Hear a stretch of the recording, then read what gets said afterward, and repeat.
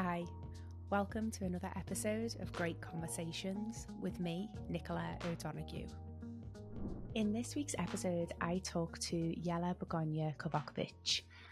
In this episode, we talk about how Jela has navigated some big transitions in her life, not only career transitions, but also moving to a new country when she was just a child. I do want to issue a trigger warning because Jela shares her experience of living with an eating disorder.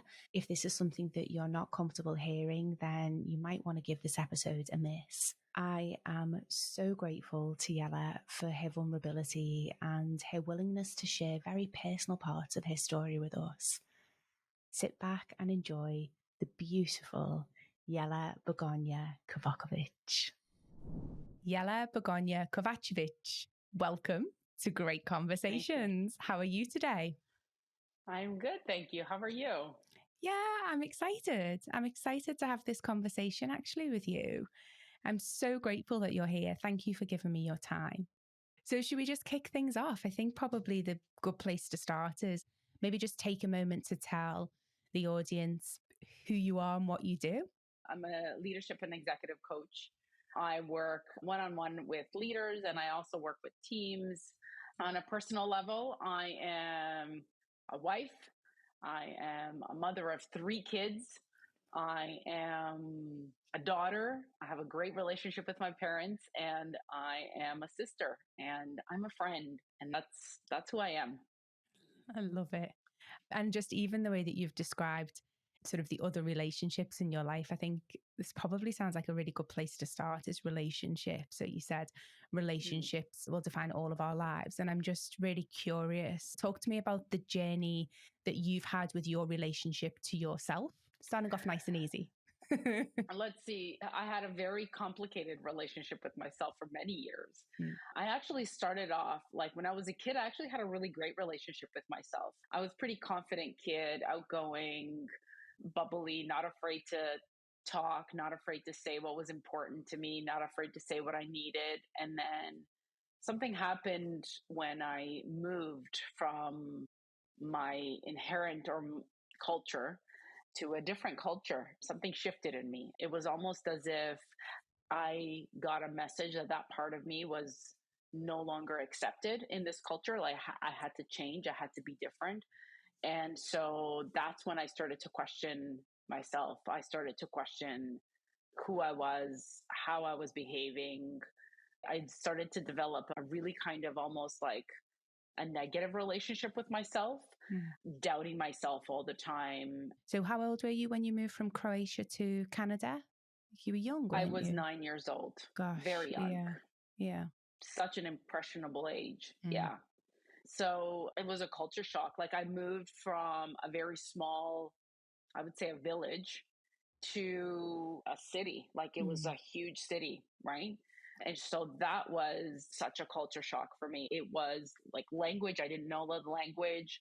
I didn't have the tools to integrate with other people, with other kids. So that impacted me a lot. I felt like an outsider a lot. I felt like nobody wanted to be with me.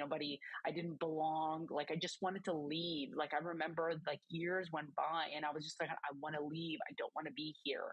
I don't have friends. I felt very lonely. Like I remember sitting in that playground and playing by myself with rocks and talking to the rocks, imagining that I knew how to speak English. It was wishing that I was like the other kids and I wasn't, right? And that was very different than the way that I grew up, like a very confident kid, outgoing, just loving life and chasing after butterflies and, you know, like just saying what I felt and what I needed, right? Yeah. So yeah, that was definitely like not having that language it really impacted me a lot. Yeah, and I was going to ask that, like, sort of that, and especially with such the young age in which, as you said, you moved at 9, and you sort of started to allude to it. But curious, what sort of trajectory did that sort of take your life into? Feeling, as you've described, the sort of outsider that you didn't quite fit in, and then, as you say, just not even having the language, the English language, to be able to communicate that. That had a huge impact on me. Like I remember when I was a kid, like growing up in Croatia, like I was the tomboy. I used to rough it out with boys, you know, just be very rough. I wasn't the girly girl type, I was very much like the full of energy, like the rough chick sort of. Mm. And so it was almost as if I remember getting that message as if like I needed to tone it down a little bit, right? I became more kind of shy. I became more reserved. I became more just kind of different. And I remember my grandparents came to visit my family when I was like 6 months after we had moved. They came to visit me and they said, wow, this is not the same Jela as Wow. the one that left. And I just thought, I'm like, oh, but I almost took it as a compliment. And they were meaning to give it to me as a compliment, right? Like, oh, like I've matured, right? Oh, I've cultured, right? Like it was that, like that's the message that I got. And so over time, like I thought, oh, this is good, right? So then I just became more and more retrieved, more reserved, behaved more like the good girl. It was that like I started to shift and I noticed and I started to question myself a lot. And then when I did get like super upbeat or, I thought, oh, this is wrong. I shouldn't be like this, right? Like I need to be the good girl, the nice, the calm, the girly girl stuff. And I never did. But, it was like I had to be this certain way. It's amazing, isn't it, how a massive life experience of moving countries when you're such a young age.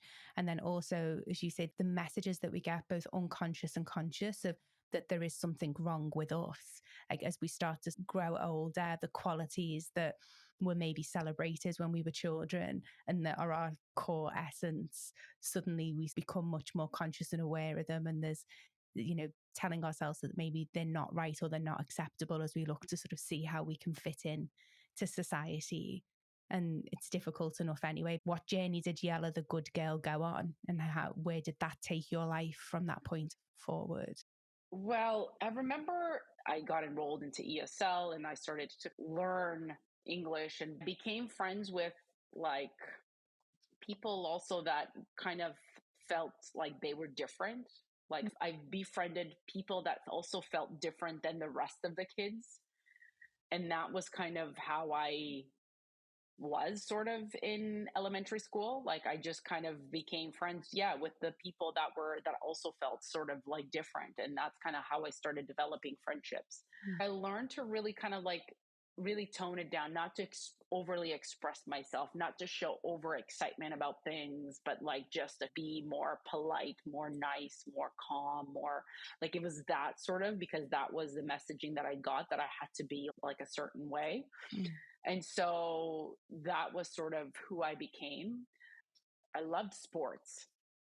So I got into sports. So that's kind of where I found my self-expression, was through sports. Like I enrolled like basketball and volleyball and stuff like that. It's like now looking back, I'm like, oh my God, like no wonder sport was an outlet for me. It was a place where I was able to express myself and really like, bring out that energy that I had in me. Right. Yeah. So that's kind of like I became involved in a lot of the school sport teams, and yes, like just sports was just an outlet for me. High school, I wasn't a very popular kid, so I kind of like just studied a lot and did my sports and had like just a few friends. So I didn't have a lot of friends throughout like my schooling years and stuff. I didn't really have like a large group of friends. It was really like a small group of friends. And I remember avoiding that sort of the popular crowd because I always felt like I didn't belong there and like I would not be accepted there. When I went into university, it was like I didn't go away to university. I let go of the sports. I let go of everything. And I just became really focused on getting good grades. And that was almost like there was this notion of like, I had to be perfect. I had to get great grades. I had to like, it was almost like my goal was to become very successful in life. Then the kind of the messaging in my head was I needed to be really successful in order to be accepted. So that's kind of where in school was going to help me get there. And so like I really kind of became really focused on school, let go of the sports. I developed an eating disorder in university as well, or actually it was late high school, and it just lasted throughout my whole university. It's so interesting because as you're talking, like what's really coming up is just sort of the shields and the defense mechanisms that you put up around you as you were trying to navigate through this huge transition and culture shock. So sports, as you've spoken about with the domain, so that you could still express that part of you that was the spark that was still alive, that was still there because it was fresh. But it sounds as if as you got older, that spark, I guess in some ways, diminished a little bit is what I'm hearing, like when you gave up sports and then you just sort of threw yourself into academia and education in pursuit of being successful. I mean, you and I have spoken about this before, but this definition of success, like for you, what was success? So it was status was very important to me. So having a job that gave me a certain status in society. Mm. So I remember thinking, so what is the most successful jobs that I could have? So the dream became to become a corporate lawyer, corporate international lawyer. And it was to live in New York City because that was the place to be like one of the top lawyers in New York City. That was my dream at like 16 years old. It was always outward focus for me. It was never what was really making me happy, but it was always like making my parents happy, looking good to society, like proving people back home, like proving that or showing them that I'm not that bad girl, Jela, that used to beat up boys kind of thing, right? But I was like this successful girl, like, this woman, like whatever, right? It was almost like I had to prove something to somebody. Yeah. And so success for me was very like materialistic, was very like, it was all about status, degrees, money. It was all of that. Like that was the goal for me.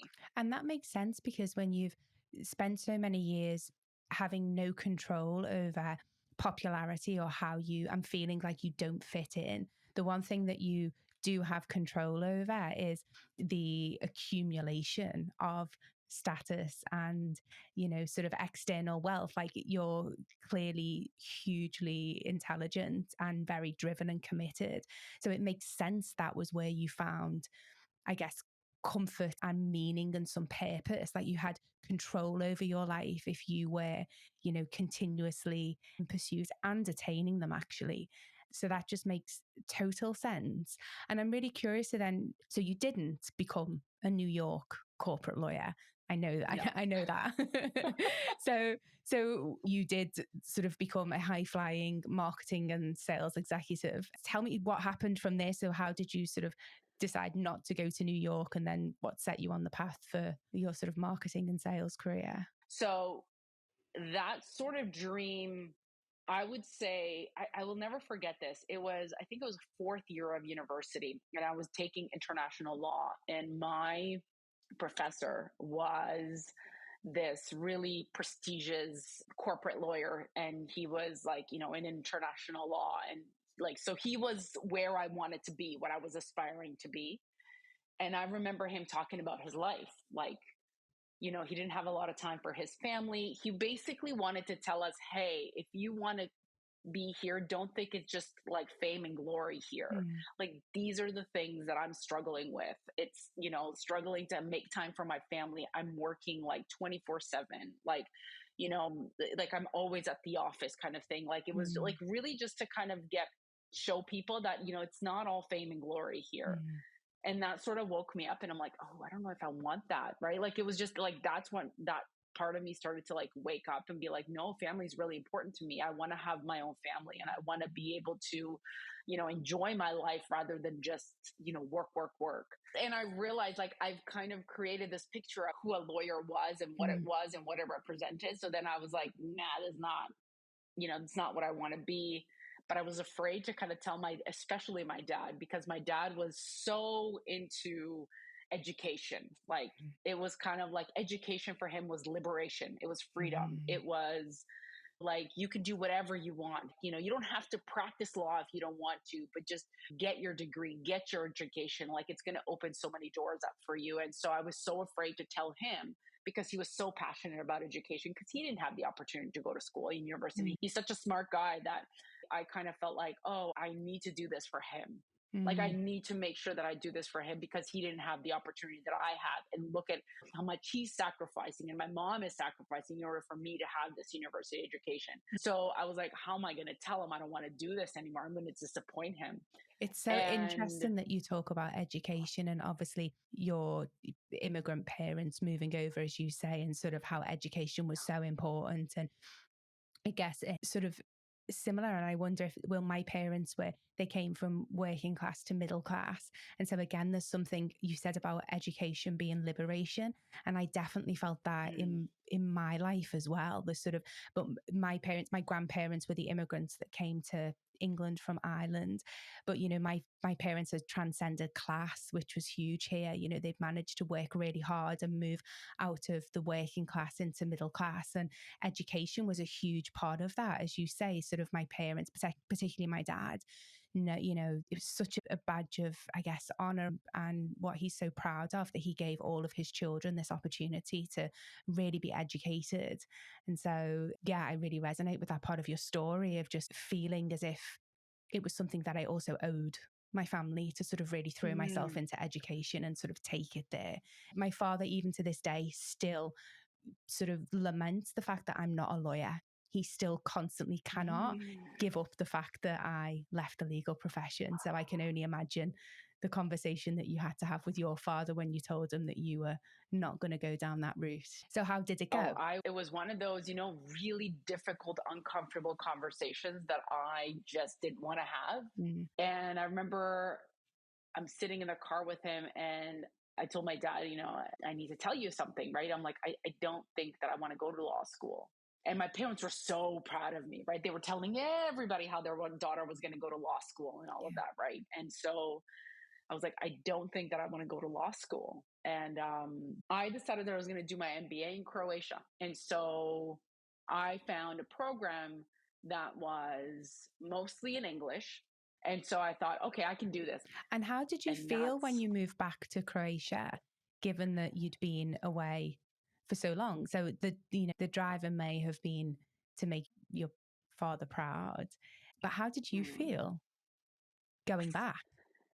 It was hard. Really? It was really hard. It was really hard. Like, I loved going there in the summer with my family, right? But then when I moved on my own, it was hard. It was another culture shock that I experienced. It was like, oh my God. It was kind of like that moment I realized I don't belong here either. I'm so different than the kids here and I'm just different. And when I enrolled in the MBA program, it wasn't like peers my age. I wasn't going to university. I already graduated from university and it was like my postgraduate degree now. And all the people that were enrolled were all like CEOs, like managers. They were already like, you know, family people, right? They didn't want to go out. It wasn't like they were there to go out and party. It's like they all had their own lives. And this was kind of like a thing that did. And for me, I moved and I went and I just embraced myself in the education, right?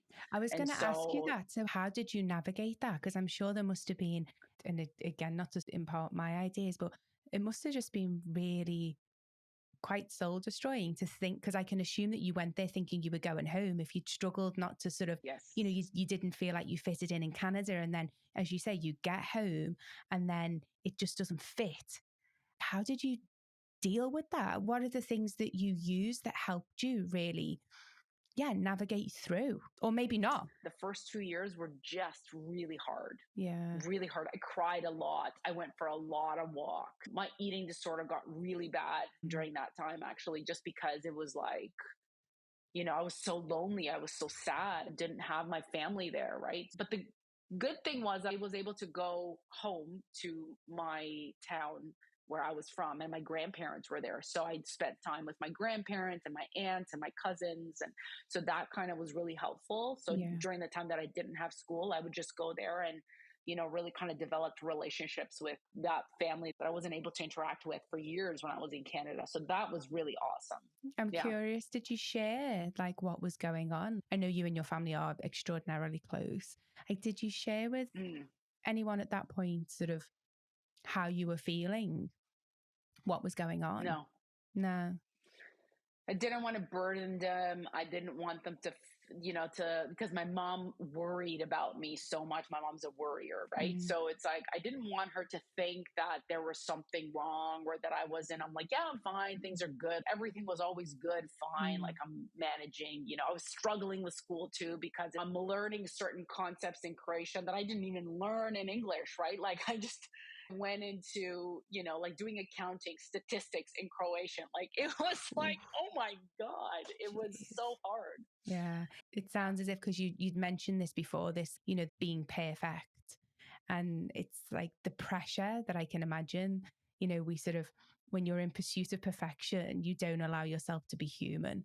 So as you say this, I mean, my God, I lived exactly the same for most of my life. I'm fine, because to admit anything otherwise would be sort of the dissolution of your identity, isn't it?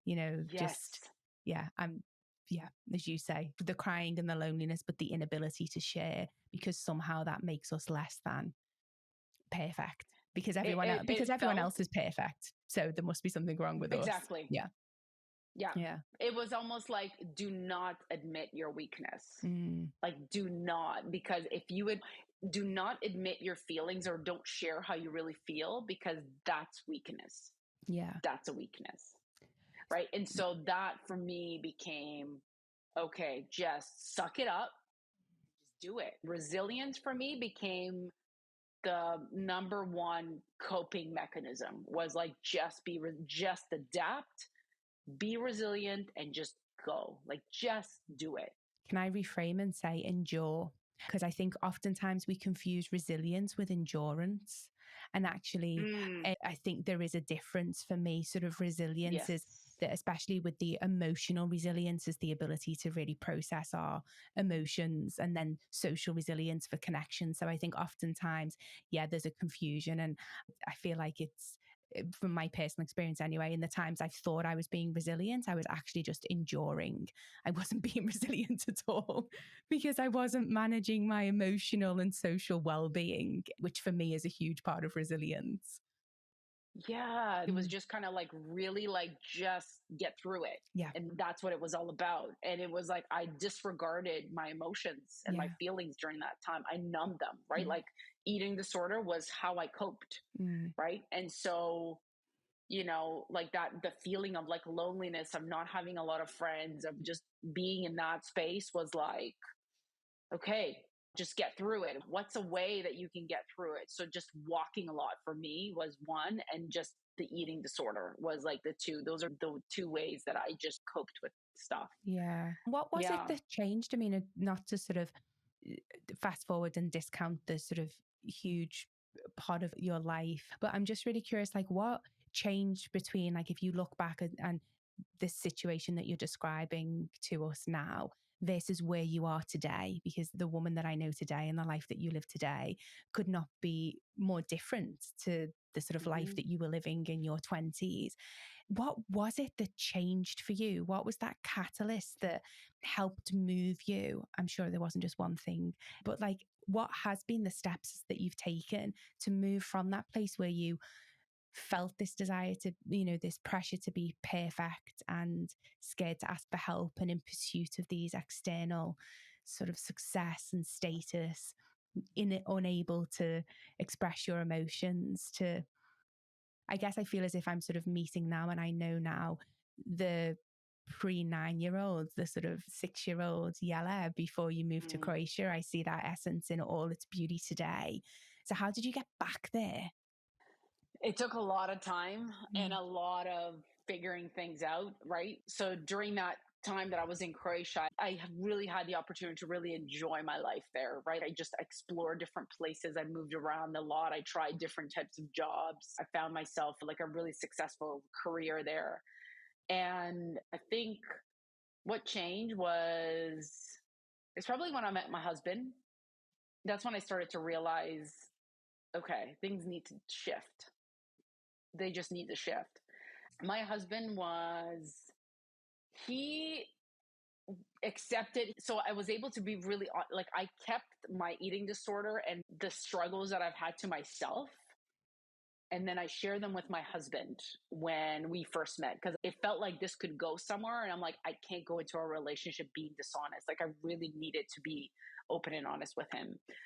And so when he accepted me for the mess that I was, the mess, like, and I'm putting it kind of in quotation marks because to me, I was a mess, and just said, I love you no matter what, and I want to be with you, it was a game changer for me. Because I gotten like, I know, like, in the past, when the guys would find out that I had an eating disorder or that I struggled with that, it was like, ooh, I don't want to go there, right? But him, knowing that was something that I struggled with, he's still like, I still want to be with you, and I don't care, right? So for me, it was just, oh my God, something shifted in me. Like, I'm not broken, right? I can be open and I can be honest and I can heal and I can do this. And so he encouraged me actually to seek help. Like, I worked with an eating disorder like therapist for like many years. And just things started to shift for me. Like, my mindset about what's important, my values started to shift. It was no longer the way that I look, my physical appearance, me being perfect, me getting all these degrees, or that's not what's important. It's my relationships are important. It's so interesting, Jela, because what you've shared had two things. First of all, that your value of honesty set you on this path, because you spoke about honesty before, when we were talking about the decision to go into law, and that honesty was the real core. This, not wanting to be dishonest with Michael, like that sort of, leaning into that value to be honest, then opened you up to what I heard was his ability to give you love that you couldn't give yourself, like that unconditional love, him reflecting that to you. It feels like they were the sort of the things that I heard set you on that path. Yeah. Like, the only people that knew of my eating disorder were my immediate family. They knew, they struggled with it with me, right? Other than that, my best friend actually knew about it. And we talked about it, and like, she was very supportive and stuff. But other than that, nobody else knew. Like, nobody else knew.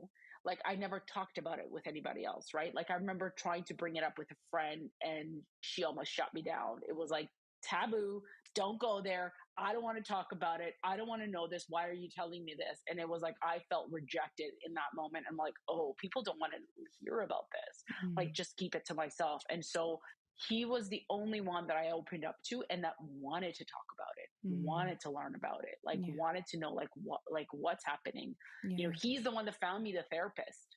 He's the one that went with me in my first appointment, right? Like, he was the one that's like, I'm going to be here. You're going to be okay. Like, no matter what, I'm here with you. Like, you're going to be okay. And it was like, oh my God, it was like such unconditional love that he showed me that I didn't know what that looked like other than, with my family. Right. But it was magical. That really, I think that liberated me, that changed, that shifted for me. It was okay. Like, perfection is not helping me. It's not, life is not perfect. I'm not perfect. Nobody's perfect. Right. Even though they try to like make it seem as if they're perfect, they're not. Your job or your career does not define you. That's not who you are. It's quite common in society to be told that that there's something wrong with you. When you sort of show up, and as you go through life, you get either these subtle or very overt messages that there's something wrong with you. It sort of makes sense that a lot of us find refuge within these types of careers because they're like a suit of armor, aren't they? They protect you. They're that barrier. You become a doctor, you become a bus driver, you become a nurse. Like, that's what you are. And so there's that level of protection. If you're not fully seen, then you lessen the risk that you're going to be rejected. Yes. And throughout my life, I had a lot of people tell me of what I shouldn't be. And so the messaging that I got was, you need to change in order to be accepted. And so I just kept rejecting who I was, like, just throughout my whole life. It was just a rejection after rejection, right? Yeah. And then finally, when Michael came along, it was like, no, I love you like you are. Yeah. And you're okay. So tell me a little bit about your journey to you loving yourself and accepting yourself to the way you are. Yeah, that's quite a journey. And I think it's still ongoing, to be honest. So I think after I was in therapy for a long time, my eating disorder, it still kept persisting. Like it wasn't as bad as when I was in my early 20s, but still, like, throughout my 30s, I've struggled with it. It was whenever I faced something challenging, something difficult, something stressful, like that's when it would appear. And so I use food, just to kind of like numb, right? I remember this was after I kind of realized that the second business that I started was not the right one for me. It's like I wanted a different path. And I was, what the hell do I want to do with my life? I don't know. I need to change. And I went, and a friend of mine, actually, she transitioned in her life, just kind of like fully. She was in an oil and gas industry, and then she transitioned to coaching. And I saw the impact that had on her life. And she's like, just go check it out. There's this course. And so I went, and just to kind of start to, question myself, like, what do I really want?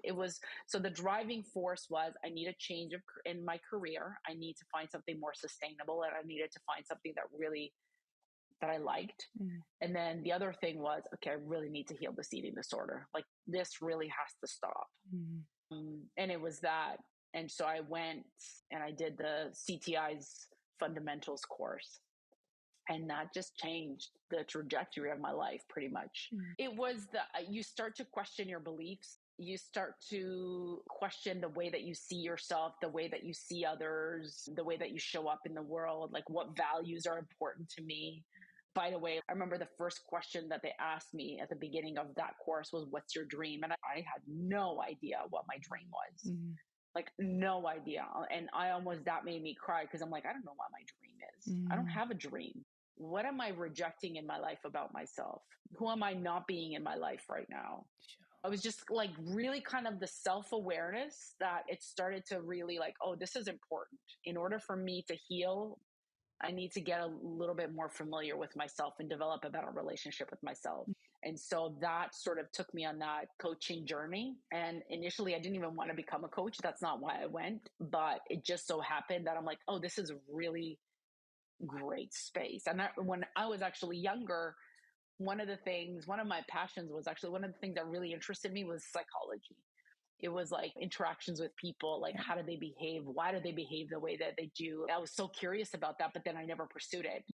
And that's what kind of got me into, okay, I need to get to know myself first in order to get better and to kind of develop. So I just basically started to develop a relationship. I began to see the beliefs that were not serving me and that were holding me back, and that I needed to shift. One of the values that I like, physical, the way that my body looked physically was a value of mine for many years. And I needed to let go of that value because it was no longer serving me. Yeah.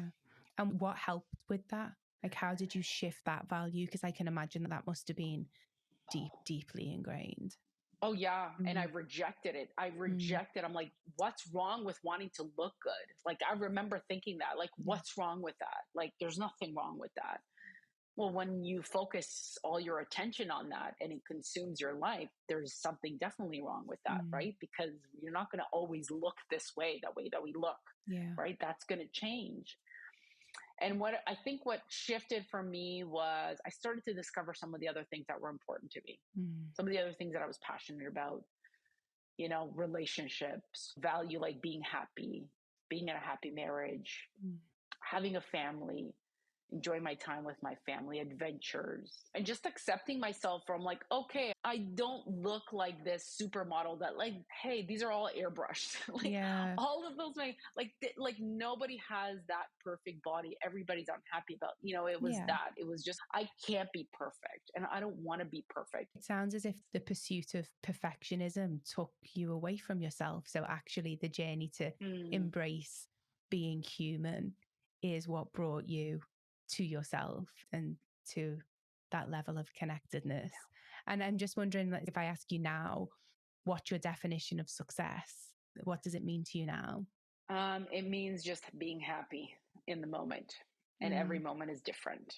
We tend to sort of spend so much time either thinking about the past or thinking about the future. And actually what I'm hearing you say is success for you is just being happy and content with the present and just sort of fully soaking up every bit of joy that gives you. And that's pretty phenomenal. So we have a closing tradition on this podcast.